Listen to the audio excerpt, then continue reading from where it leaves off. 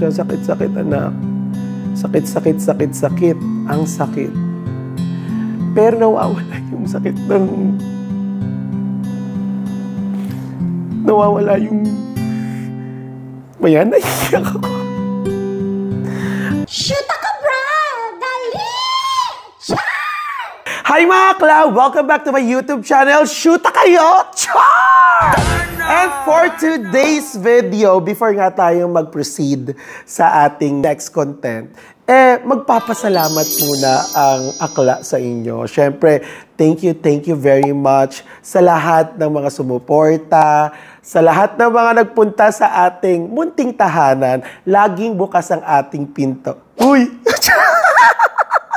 Bukas daw ang pinto, pero nakalak ang gate. Ay, charot lang. Laging bukas ang aming pinto at ang aking pinto sa inyong lahat. And hanggang ngayon, hindi pa rin ako makapaniwala dahil may ganong eksena na from 500 subscribers, nang dumating ang pagkakataon na pumunta kayo sa aking YouTube channel, almost 2,000 subscribers na tayo as of today. At yung in-upload kong video, oh my God, hindi ako nag-expect talaga ng sobrang laki, but it's almost 3,500 views. It's a big milestone for me kasi hindi to yung usual or hindi ito yung nakasanayan at hindi ko rin ito yung kumbaga parang sasabihin ko na nangyayari sa aking YouTube channel. So thank you very much po sa inyong lahat. Napakainit po ng pagtanggap niyo sa akin at ang daming comment. As much as possible po na makomentan ko kayong lahat is ginagawa ko po yung best ko. I'm trying my best na ma-reply natin sila lahat dahil ganun akong tao. As much as possible, nire-replyan ko kasi gusto ko na in touch ako sa ating mga subscribers. Para hindi naman nila ma-feel na parang, okay, baka nade-deadma, pero hindi. Kung hindi pa po ko kayo nare-replyan, ibig sabihin po, kumukuha pa po tayo ng time, huhugot pa po tayo ng time, lalo na ngayon na tinatry ko rin yung best ko na mag-upload. Oh, di ba? Gusto niyo yun? And for today's video nga, mga akla, nagtanong ako sa inyo kung ano yung next na gusto nyong gawin kong content dito sa aking YouTube channel. At narinig ko nga kayo. Oo, narinig ko kayo. Kahit hindi ko naman kayo nagsasalita. Dahil for today, ay gagawin nga natin ang 10 facts about me or 10 facts about Shuta Cabral. O, di ba? So, magkikwentuhan lang tayo dito, mga akla. Ito na yung simula para makilala nyo pa. Let's deep dive doon sa pagkatao ko, kung sino ba talaga si Shuta Cabral, kung sino ba si Briel sa harap at likod ng camera. So, without further ado, syempre, yung umpisa na natin ang 10 facts about me. Syempre, meron tayong mahiwagang baso. So, ang gagawin ko lang dito para maiba naman is, kukuha ko dito ng mga keywords or 10 keywords and then i-explain at ilalahad ko sa inyo yung story behind doon sa mga words na or word na mapipili natin sa mahiwagang baso. Ay! Oh, di ba? Live selling. Charot. So, without further ado, wag na natin ito patagalin pa. Simulan na natin. Let's start with the first word. Oh, di ba? Ano ba itong hirap naman? First word. Or first word nga naman talaga. Ito. Alright. So first word natin is, ano nga pala to? Cheerleader. So cheerleader, si Aklang Briel is, naging cheerleader siya when I was in college. So, ang laking tulong ng pagiging cheerleader ko nung nag-aaral ako dahil ito yung sumalba sa akin. Nung college kasi ako, 3 kaming nag-aaral. And then, hindi kinakaya ng magulang ko na magpaaral pa sa akin. Actually, simula elementary, public na talaga ako. And then, so high school, public din ako. And then, pagdating ng college, hindi na kinaya. Kasi yung 2 kong kapatid, private school sila. So, ako, yung bunso, since bunso nga ako, ako na yung nakasanayan na mag-public. So, nung college ko din, public ako pero nag-try out ako for cheerleading squad sa university namin, which is Technological University of the Philippines. So, doon ako gumraduate.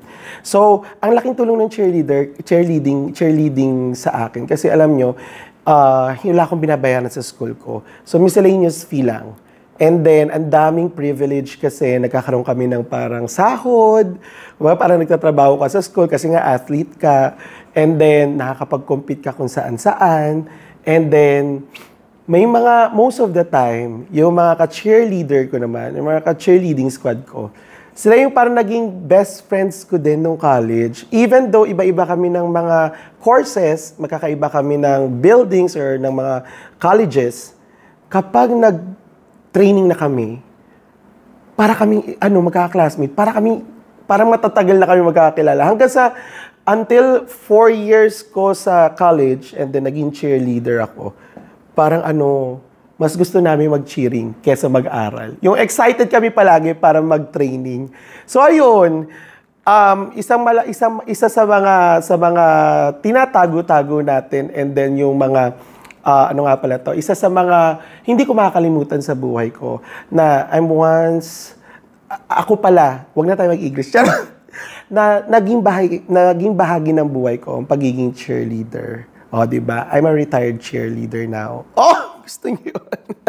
Okay, for the second mo, kumabahaba naman itong natin. Itong 10 facts channeling natin. 10 facts about me. Parang isa pala, ang haba na.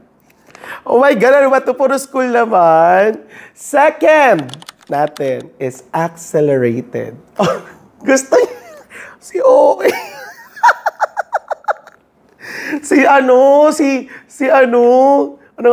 Si accelerated.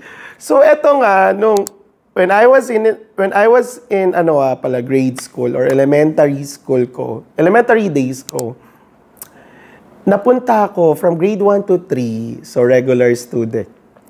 And then, sa school namin, sa Barrio Obrero Elementary School sa Tondo, Manila, meron doon sa public school na yun, sa Barrio Obrero Elementary School, na after mo mag-grade 3, kung nasa section 1 ka, you have the ticket to apply for the accelerated class. So, pag nag-grade 4 ka na, pagsasabayin yung grade 4 and 5, parang may accelerated 4 and 5 and accelerated 6.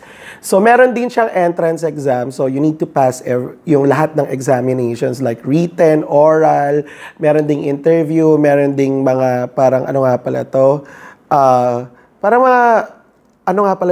yung psychological test. Meron din siyang mga problem-solving test. Saka may mga puzzle, yung mga ganun. So, nakapasa naman si Akla. Ang saya lang nun kasi during elementary days,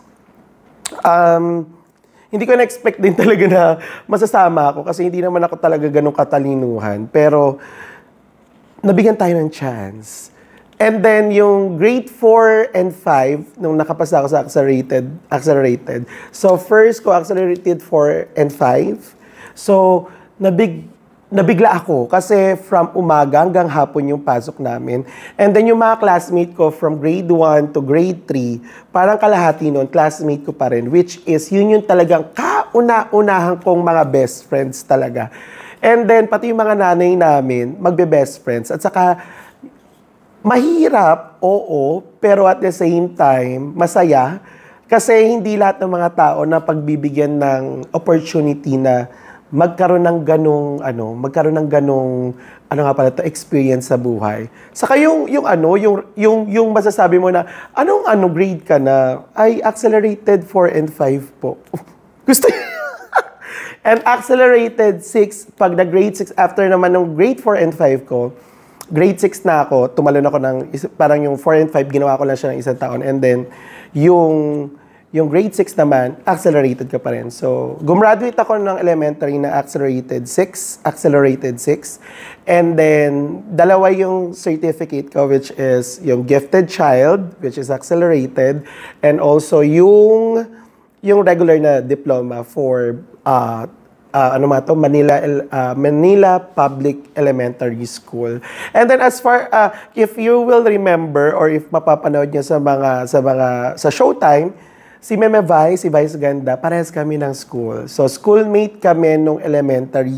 Parehas kami ng school, hindi pala kami schoolmate. Parehas na kami ng school or parehas schoolmate na din parehas kami ng alma mater. So yung elementary school niya is Barrio Obrero. At the same time, accelerated rin si Vice Ganda. O, di ba? Ang ganda. Ang ganda lang din talaga. Kaya, ganda kami. Uy, si Ganda. Ang ganda, may bigote. Charot. Sabi ko na sa inyo, ang haba ng chikahan natin. Sabi ko na sa inyo, madaldal talaga ako, mga akla. Kaya mag-e-enjoy talaga kayo.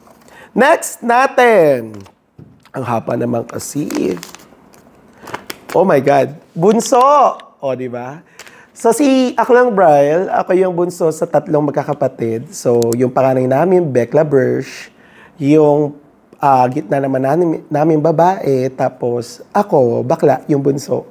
So, 3 kaming babae. Uy, hindi magiging babae. Wag mangarap, charot. So, ayun. Ako yung bunso noon na akala nung gitna naming, kapatid, iniisip niya na parang ako yung favorite. Hindi lang naman sa parang kasi nung elementary nga ako, wala nga, tinanggal ako nung elementary ko, hindi na ako nag-private school. So, ang mami ko naman, para maging fair. So, sa lahat ng mga programs sa school, lagi akong kasali. Tas costume kong costume, dance kong dance, bayad ng DI.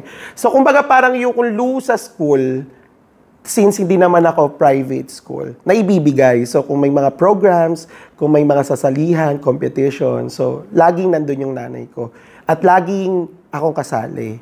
So, sa pagiging bunso, para akala nila, favorite ako. Nung mga bata kami. Pero nung naging tanda na kami after ng college, doon niya na rin naman na-realize na, oo, tama nga naman. O, diba? At ang bunso, ako, as a bunso, mama's boy din ako, mga akla. Kasi mahal na mahal ko talaga yung nanay ko. Diba? Mahal na mahal ang nanay. O, diba? Ang bilis natin. Charot. Alright, so nasa number 4 na pala tayo. Oh my God. O, diba? Kaibigan. O, diba? So, sa kaibigan naman ako, marami akong naging kaibigan. Baga parang may circle of friends ako, yung mga BBFF ko, yung best friends ko, is yung simula nung elementary ako hanggang meron din ako naging kaibigan ng high school.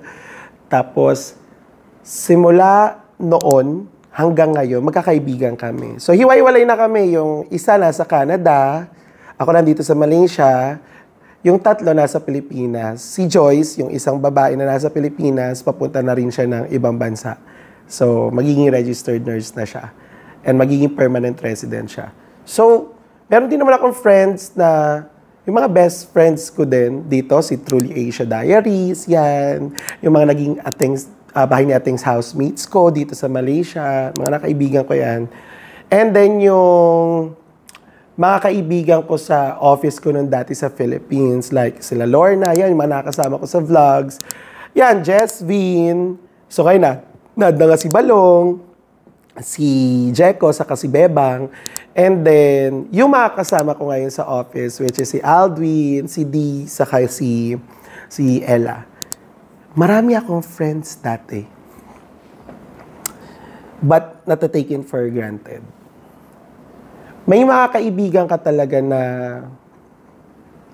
akala mo best friend mo. Akala mo kaibigan mo, pero hindi pala. Kasi sila pa yung hihila sa'yo pababa. At sila pa yung mga maraming masasabi sa'yo. May mga nakilala rin naman ako na naging kaibigan ko, pero traitor din. May mga kaibigan din ako sa opisina na grabe. Ibinigay mo na lahat. Kumbaga parang parang ginawa mo na silang mga kapatid. Pero, hindi rin pala. Ako kasi as a friend, as a kaibigan, I will treat you like my own family member. Hindi kita ihihiwalay, hindi kita pababayaan. Kumbaga, kasi kapag sinabi mong kaibigan, ako pag kaibigan, dadamayan kita hanggang sa dulo. Dadamayan kita hanggang sa abot na makakaya ko. Hindi man ako yung magiging pinaka-the best friend mo, but at least yung friendship, yung kaibigan, pagkakaibigan natin, lagi ko yang ikikip. Hindi ko siya pababayaan. Kasi napakalaking halaga sa akin nung word na kaibigan. Kasi kapag sinabi kong kaibigan kita, panghabang buhay na yun. So always learn na ako ngayon sa buhay ko ngayon, I learned na hindi sa lahat ng pagkakataon magiging kaibigan mo sila. At hindi sa lahat ng pagkakataon nandiyan sila.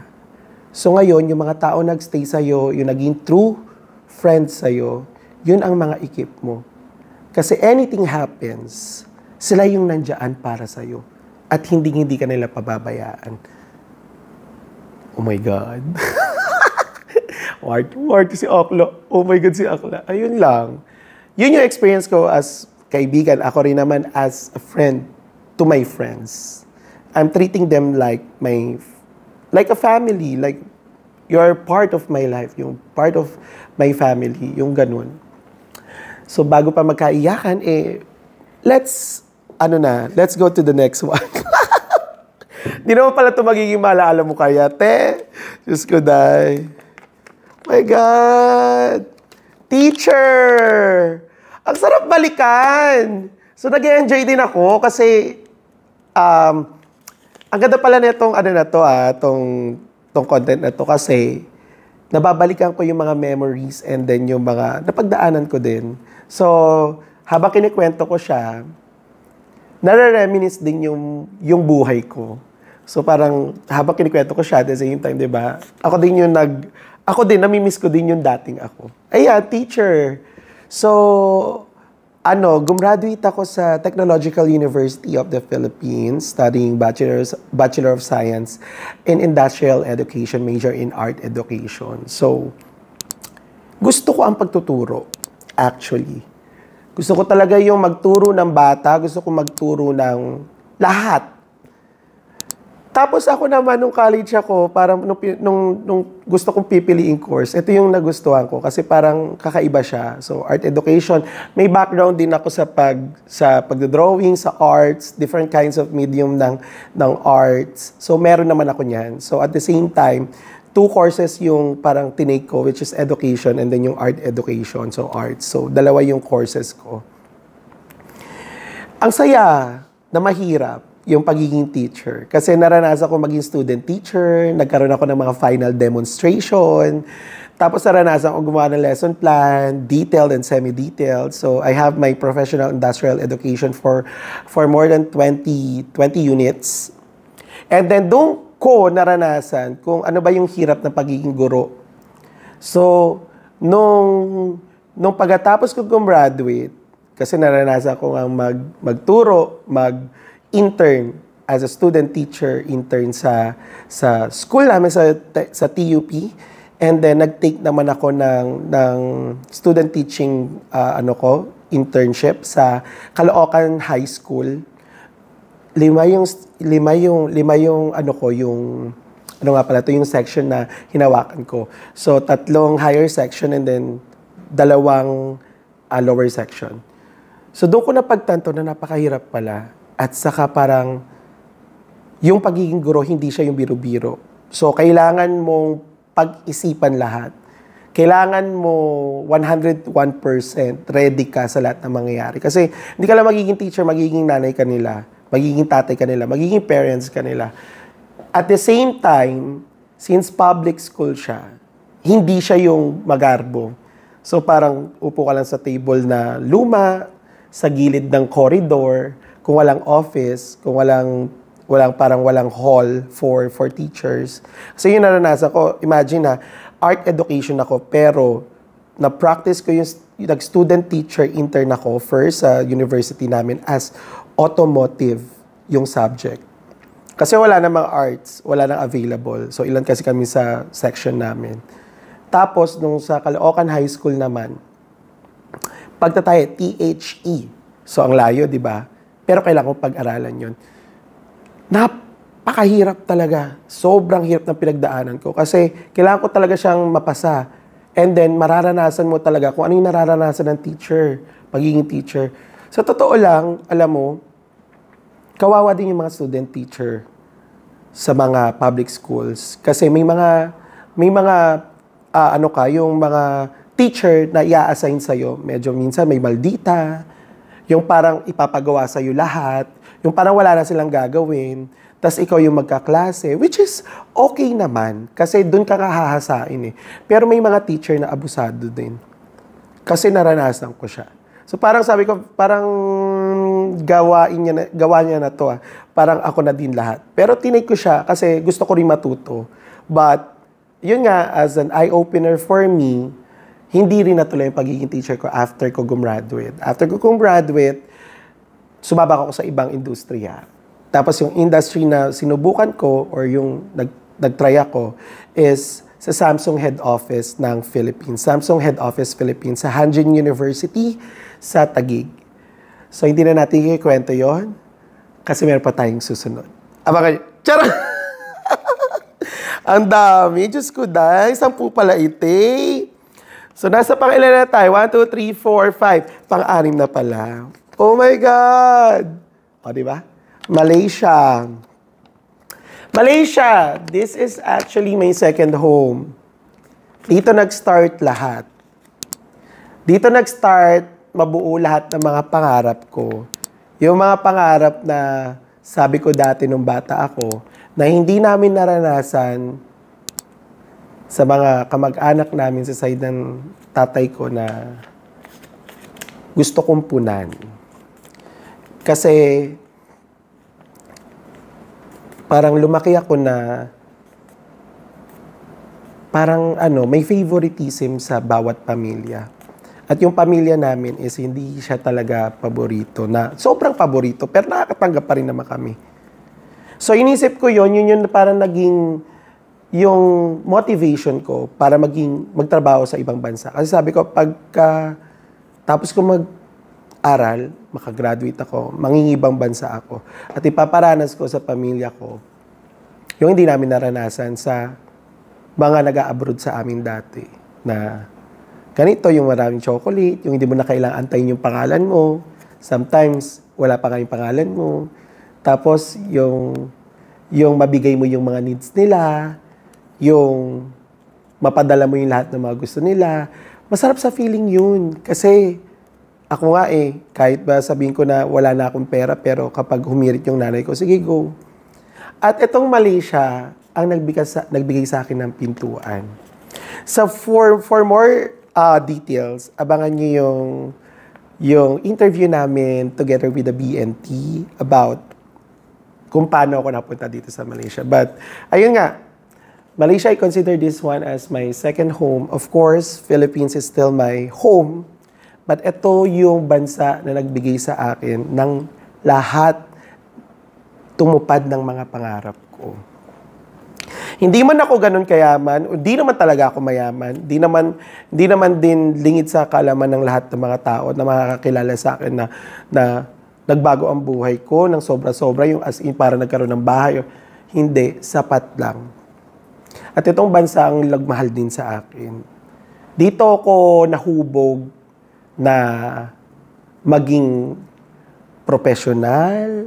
Dito nahubog yung pagkatao para maging matatag, masipag, makipagkapwa-tao, just learning all the cultures, diba? Appreciating all the cultures na iba sa atin sa Pilipinas. Yung mga taong ang dami mong nakilala, yung mga pagsubok na napagdaanan nyo dito sa bansa na to. I know hindi naman lahat good, may mga bad rin naman experiences. Pero masasabi ko lang na kung may pagkakataon na magkaroon ako ng chance na maging permanent resident dito sa Malaysia, I will take the opportunity, or I will grab the opportunity. Kasi minahal ko tong bansa na to. Mahal na mahal ko tong bansa na to. Abangan niyo yung interview. Char! Bakit napaka-seryoso naman? Nakakainis. Charot. So, let's go to the, ano nga pala, ano ba yan? Lalaglag pa. Let's go to, parang ano to, third to the last. Oh my God. Cancer. Cancer, di ba? Magtataka kayo kung bakit cancer, di ba? Cancer, yung word na cancer is parang napakabigat. Napakabigat every time na naririnig ko siya. So, ito na nga, mga akla. Cancer, ito yung sakit na sumubok sa aming pamilya. Umalis ako ng Pilipinas, punta ako dito sa Malaysia. Maayos yung lagay ng mami ko.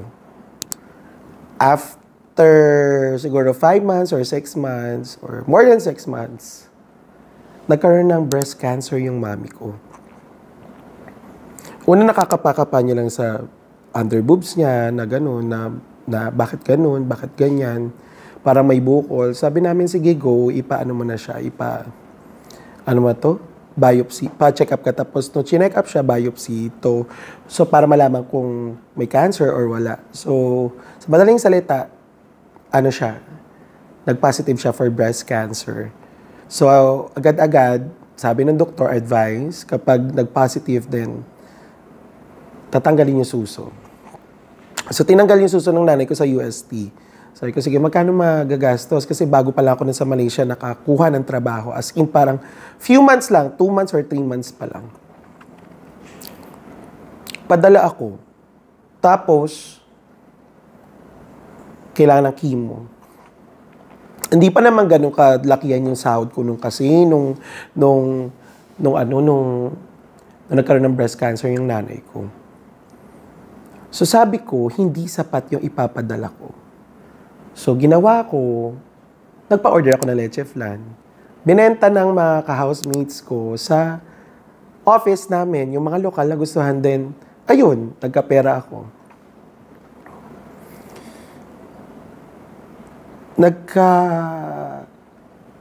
Nagkaroon ako ng pagkakataon na makauwi ng Pilipinas. Na nakita ko yung nanay ko after 4 months nakapag-chemo na siya and then radiation, nakauwi ako ng Pilipinas and then surprise ko siya, hindi niya alam na uuwi ako. And then after nun, umiyak siya. Hindi niya daw inaasahan pero nararamdaman niya uuwi ako. Nung nakita ko yung nanay ko nun, iyak ako. Kasi iniwan ko yung nanay ko ng maayos. Tapos bumalik ako ng Pilipinas para magbakasyon. Actually, para makita siya. As in, parang 5 days lang na yun. Nang gano'n na siya. After nun, nagpakalbo din ako. Nung umuwi ako ng Pilipinas, sabi ko, pakalbo ko. Sabi ko, para hindi mo maramdaman na nag-iisa ka, sige, magpapakalbo din ako. Nagpakalbo ako, nag-live ako na nasa Facebook ko. Kung mahahanap nyo sa Facebook ko. Nagpakalbo ako, pakalbo ako. Tapos, sabi niya, ba't ka pa nagpakalbo? Sabi ko, gusto ko para at least sabay tutubo yung buhok natin.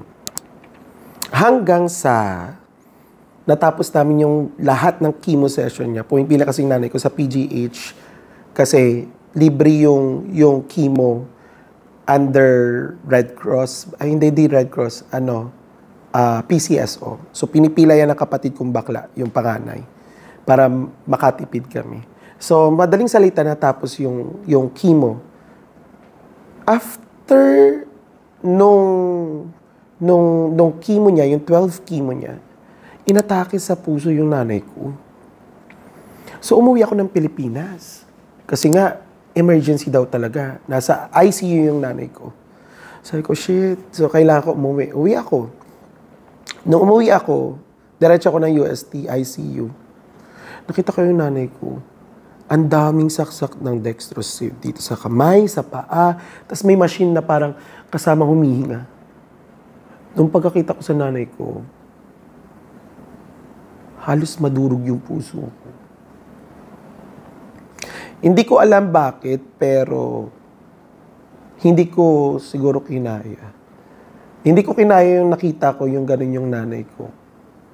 Hanggang sa afternoon, sinabihan kami na parang 6 to 12 months na lang yung taning ng buhay. Yung taning ng buhay ng nanay ko. So parang sabi ko, bakit ganun? Parang, bakit naman? Parang hindi ako makakapaniwala kasi parang nangyari lang naman yun sa mga movie, saka sa mga teleserye.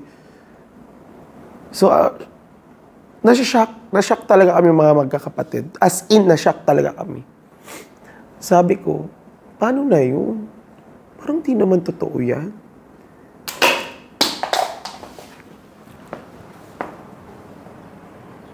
Ayun na nga mga akla. Natumba yung cellphone, di ba? Para nagparamdam ata yung nanay ko. Ayun. So parang di kami nga makapaniwala na nangyayari lang siya sa mga teleserye. So ayun na nga. Nagkaroon ng taning ng yung buhay ng nanay ko. Na sabi 6 to 12 months. Tapos nakalabas ng ospital. Nakalaban naman yung nanay ko ng almost parang 2 years. 2 years naman siya nakalaban sa cancer. Hanggang sa umuwi ako kasi sumasakit na yung spinal cord niya. Yun pala, kumalat na yung cancer ng nanay ko from breast, napunta na siya sa spinal cord. So uwi ako noon, tapos diretso sa bahay, umiyak siya, sakit, anak. Sakit. Ang sakit. Pero nawawala yung sakit ng... Nawawala yung... Bayan, naiyak ako. Ayoko, pigilan natin. Nawawala daw yung sakit ng... Nawawala yung sakit ng likod ng nanay ko every time na niyayakap ko siya, yakapin mo ko, anak. Sabi ko, sige ma, kahit kadarating ko lang, sige go ma,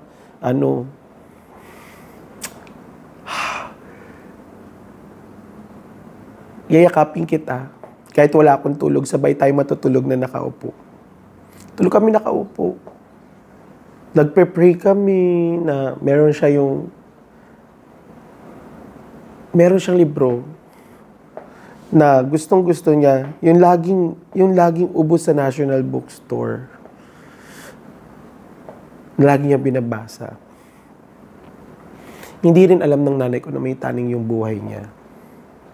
I know deserve niya na malaman yun, pero sinikreto na lang namin. Hanggang sa dumating yung time na every time na na-hospital yung nanay ko, every time na na-hospital talaga yung nanay ko, umuwi ako. Kasi may taning na nga yung buhay eh. So kailangan ko umuwi. Kahit wala na akong pera. So, nung mga panahon na lumalaban siya, mas lalong naging lumala. Kasi alam niyo kung bakit. From spinal cord, umakyat yung cancer ng nanay ko. Yung cancer, yung mga active na cancer cells sa utak na naging brain cancer. Nung nag-brain cancer na, hindi na kami masyadong naaalala ng nanay ko. At yun yung pinakamasakit. Kasi ako, favorite ako ng nanay ko eh. Nagde-date kami palagi. Kahit na may jowa ako, every Saturday and Sunday, aalis kami, punta kami SM San Lazaro kasi yun yung gusto ng nanay ko. Siyempre, masakit talaga siya kasi nga, hindi ka naaalala na kahit nandun yung presensya ko, nakakalimutan niya. Sa mga huling sandali ng nanay ko, umuwi kami, nag-decide kami na ay August before ng birthday niya, before August 8, 2017. Umuwi rin yung tatay ko galing Hawaii. Umuwi din ako galing Malaysia. Pero nadatnan namin yung nanay ko na nasa ospital. Magbe-birthday siya 2 days before nung pagdating namin. Buti na lang nakalabas siya ng ospital. So, kalahati na lang ng katawan ng nanay ko yung gumagalaw. Wala na talaga to. Ito na lang yung nakakagalaw. Parang pasmado na. Manas na, hindi pala pasmado. Manas na. So, parang hindi na nakakagalaw. Hindi na talaga nakakagalaw yung ano. I was able to given a chance na maalagaan yung nanay ko, mapalitan ng diaper, mapaliguan. Tapos lagi siya nagsasabi sa akin ng masakit. Minsan hindi niya na talaga ako nakikilala. Pero pag sinasabi ko, ako yung bunso, ako yung si Ashley. Kasi Ashley ang pangalan ko sa kanila eh. Ako to si bunso. Sige, yakapin mo ako. Makasakit kasi. Niyakap ko siya, wala na. Nawawala yung sakit. Hanggang sa nag-birthday siya, dumating na yung mga kaibigan, in-invite na namin. Kumbaga parang ano siya, parang living funeral na. Yun na yung time na malungkot na yung iba. Yun na yung parang last na handa namin sa kanya. Nararamdaman na kasi namin na parang yun na yung last. Grabe talaga. Tapos ano ba yan? Nakakainis. After nung birthday, nagpa-check up nga sila. Nakakainis.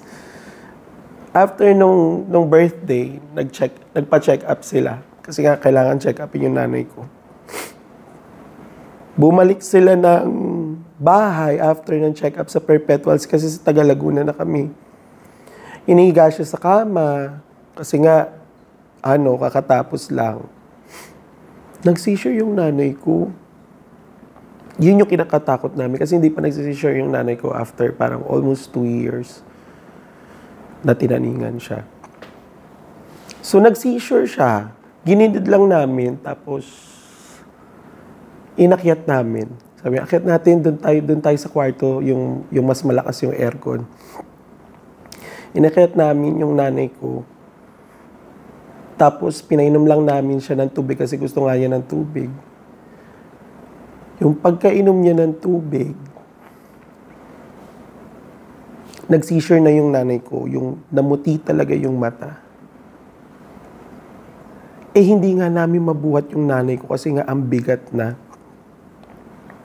Nung nag-seizure yung nanay ko, na dampot ko siya. Yung nakuha ko siya, nakuha ko talaga yung nanay ko ng pak! Sabi ko, talian nyo!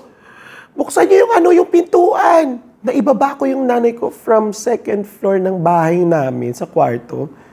Pinastart ko sa kapatid ko baba yung sasakyan. Dalian mo, buksan mo na yung sasakyan. I-drive nyo na yung sasakyan. Dalian nyo, susunod ako. Nang umiiyak. Sa totoo lang. Akala ko sa lang siya mangyayari sa teleserye, sa mga movies. Nangyari pala siya. Doon na yung time na talagang yung iyak ko na iyak ng iyak. Yung sobrang iyak ko na talaga. Sobrang iyak ko talaga. Kasi, eto na ba yun? Kasi merong taning eh. Ayaw na ng mga kapatid ko. Nung nasa ospital na kami, ayaw na ng mga kapatid ko. Parang, sige na, carry na. Ako yung pumunta doon sa emergency. Sabi ko, hindi. Kaya pa. Hanggang sa na-admit na naman yung nanay ko noon, umuwi ako ng Malaysia. After ko umuwi ng Malaysia, after a week, nakalabas yung nanay ko. Tapos, after ng 1 week din, dinudugo yung nanay ko. Yung yung earnalin ng nanay ko is itim. Tapos, sabi ko, internal bleeding yan. Kasi kung dugo, makikita natin na fresh, kumbaga parang pula. So, sa labas siya. So, internal bleeding. Sabi na ng nanay ko, sige na, dalhin nyo na ako. Kahit wala na kaming pera. Kasi kauwi ko nga lang, di ba, ng Pilipinas. Babalik ko lang din ng Malaysia. So, sabi ko, dalhin na natin sa ospital. Nagpadala sa ospital, kailangan salinan ng dugo. So, nakakuha naman kami ng dugo. Kaso, hindi na mahanap yung ugat. Nung unang bag na ilagay, pero yung pangalawang bag, hindi na. And that's the time, kinabukasan, na pinakamasakit na nangyari sa buhay ko. Yun yung time na inaantay na lang yung last breath ng nanay ko. Kumbaga parang yung nawawala na yung oxygen. So sinabihan na ako, nagtatrabaho ako noon. Sabi sa akin, sige, kapatid, wala na si mami, hindi na susuko na. So, basta gawin natin lahat ng mga kaya natin. Kung ano pa yung mga other options, basta. Kung siya na yung sumuko, okay na ako. Kung nagtatrabaho ako, alam naman ng mga boss ko noon na ganun yung sitwasyon ko sa company namin. So, inalaw nila ako. So, I'm taking calls. So, nagko-calls ako. Kinonfirm na nila na wala na yung nanay ko. So, sabi ko dun sa customer namin, sabi ko, ma'am, baka pwede naman po na transfer ko yung tawag o kaya drop natin yung call, tawag nila po kasi namatay yung nanay ko. Pumayag naman yung customer and then nakiramay. Tapos, labas ako ng production floor, punta ako ng locker, iyak ako, agulgul. Sobrang agulgul ko, parang bata.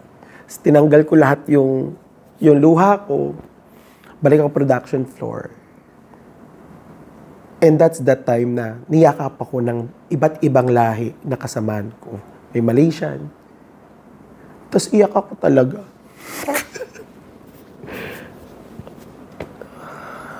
Iyak ako talaga.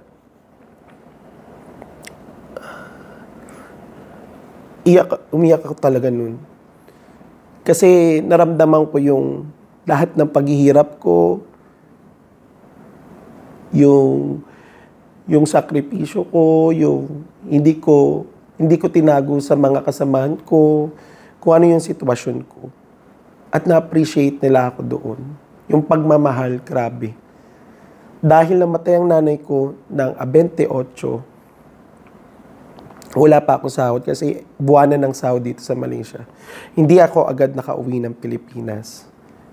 And then after that, nung nakauwi ako ng Pilipinas, nung nagkasahod ako, nakabook na ako ng ticket, ako lang mag-isa, doon ko nakita yung nanay ko. And then,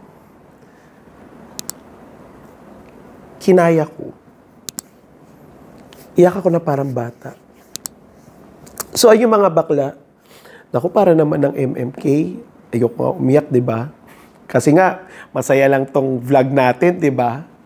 But I hope that meron kayo natutunan. Sa mga bakla, sa mga akla, sa mga mamshi natin dyan, sa mga papshi natin dyan, kung may mga magulang pa kayo, na walang sakit, na malakas pa, hindi naman kailangan pang financial palagi.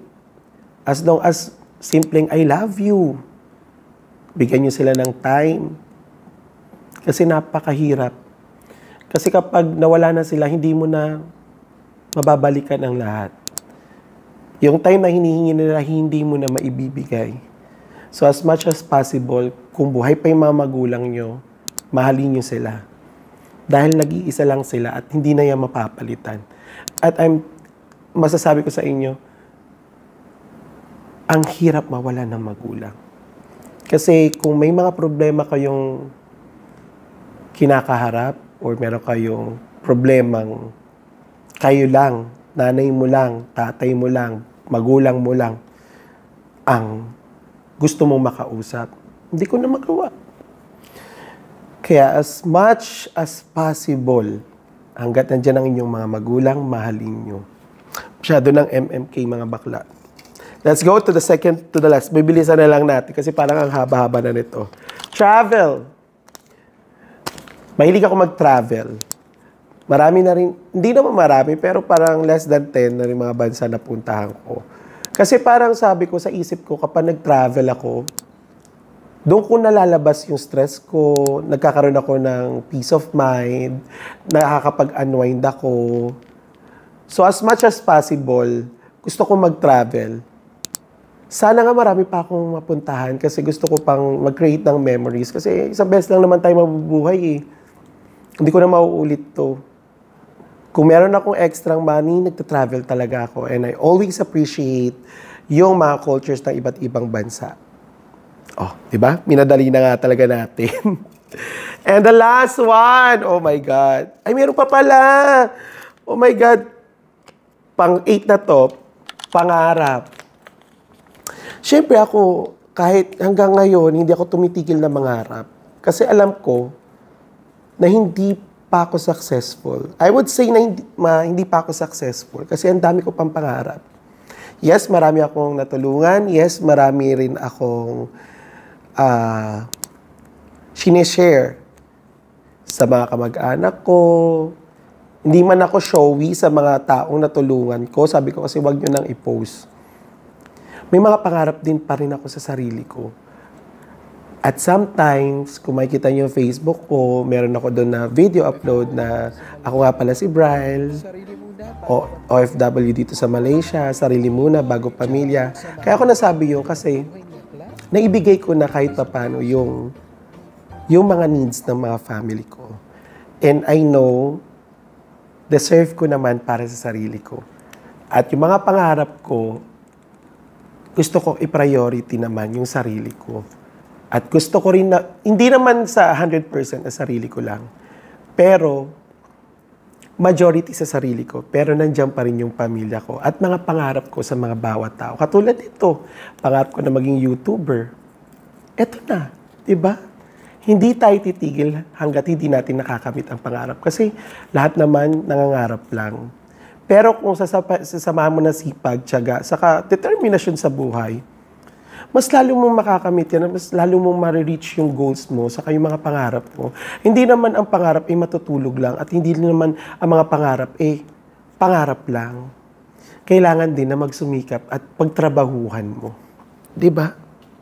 Ito na talaga. Last one na ito mga akla. TFC Ambassador. Yes, akla. I'm the Filipino channel ambassador here in Malaysia for almost 3 years na. So way back, meron akong kasama, but ngayon ako na lang mag-isa. Yes, kung nakita niyo yung Moira concert, so because of my bosses from the Filipino channel, meron tayong mga ganyan access.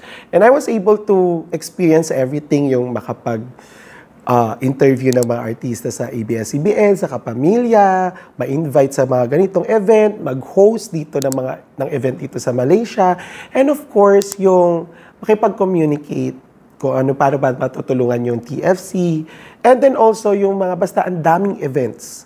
Ikaw yung representative ng Malaysia. And even the Christmas Station IDs, nandiyan kami palagi nila dyan. So, grateful ako kasi feeling ko artista ako. Charot. Oo naman, totoo naman yan. Feeling ko parang isa na ako sa mga kapamilya artist. At ang sarap sa feeling kasi, nabigyan ka ng ganong chance. And hanggang ngayon, dala-dala ko pa din siya. Thank you very much the Filipino channel sa pag-trust sa akin. Alam ko, maraming magagaling na YouTuber dyan, mga content influencers, mga content creators. Pero kayo napili nyo. Thank you very much for the trust, and gagawin ko pa din yung work ko as much as possible, as much as I can. At iko-continue ko pa din kung ano yung tinuro nyo sa akin. Oh, di ba? Oh my God. Ang saya kasi na-reminisce ko yung mga buhay ko. Alam ko, ako yung nakikwento at kinikwentuhan ko kayo. And sorry talaga kung medyo na mag-emotional tayo. at napahaba yung vlog natin.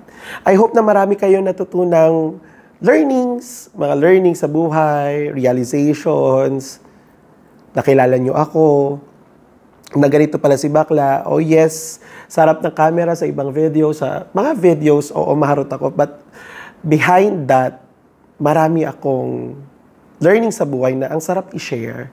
Kung may pagkakataon nga lang na mahilathala ang buhay ko sa MMK or any documentaries, sobrang gusto ko.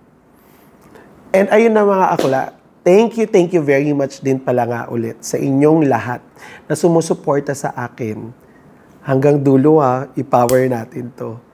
Sa mga susunod na mga vlogs natin, comment below kung ano yung gusto nyong gawin or i-vlog ko pa dito sa aking YouTube channel kasi kayo yung nanonood. So kung ano yung gusto nyo, kung ano yung sa palagay nyo na magugustuhan ninyo sa channel natin, ibibigay natin.